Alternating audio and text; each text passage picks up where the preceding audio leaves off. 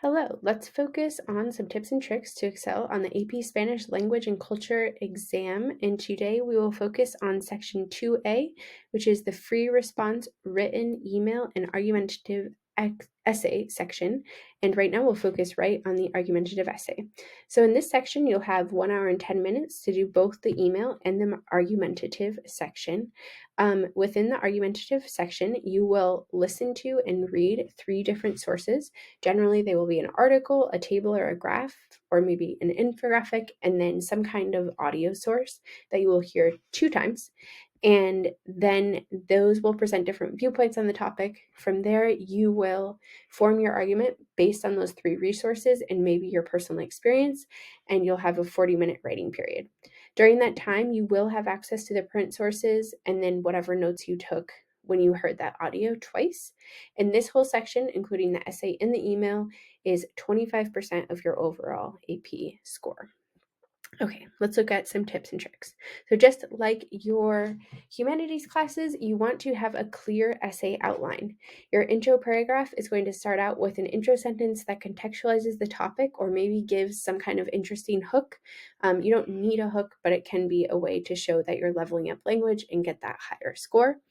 You want to present your thesis in a clear way and make sure that directly and fully addresses the prompt. The question on the argumentative essay is going to ask you to take one side, and you want to clearly take one side.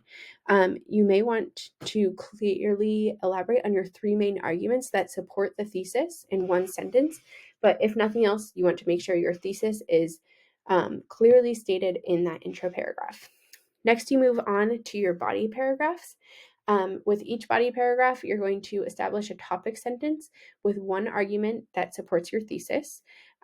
These body paragraphs, you can have 2 to 3 paragraphs. It doesn't necessarily need to be 3 paragraphs, but the most important part is that you want to reference each source from the test, those documents that we talked about, at least once in your body paragraphs. And you can also include evidence from personal knowledge and experience.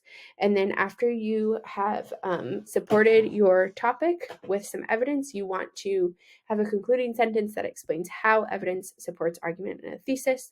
And then to finish off the essay, you want to, in your concluding paragraph, rephrase and restate your thesis and synthesize how body paragraphs and evidence presented support your arguments.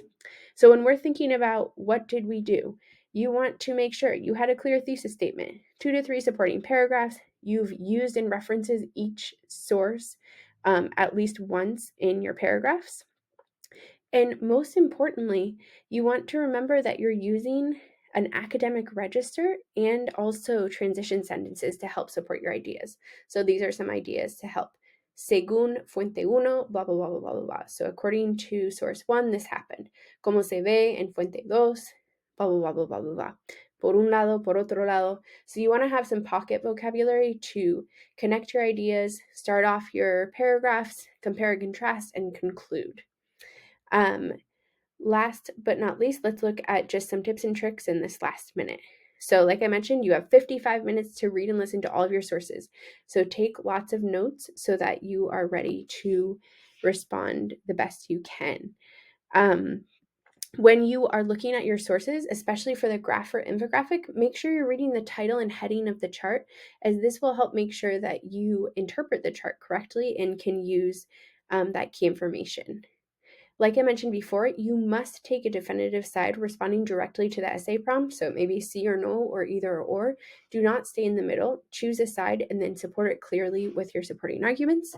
As we mentioned before, you want to reference each source at least once in your essay. And I have some example starters that you could use. Según fuente 1, en la tabla de fuente 2, la autora de la fuente 3 dice.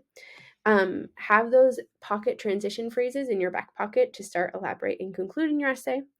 And these are 2 last important ideas. Maintain formal register with academic verbs and expressions and sneak that subjunctive in to score a 5. You want to show you can use subjunctive, conditional, and complex sentences. And last but not least, do not use yo or to in the essay unless describing a personal experience. You want to keep that academic and formal register. So make sure to keep it formal. Good luck.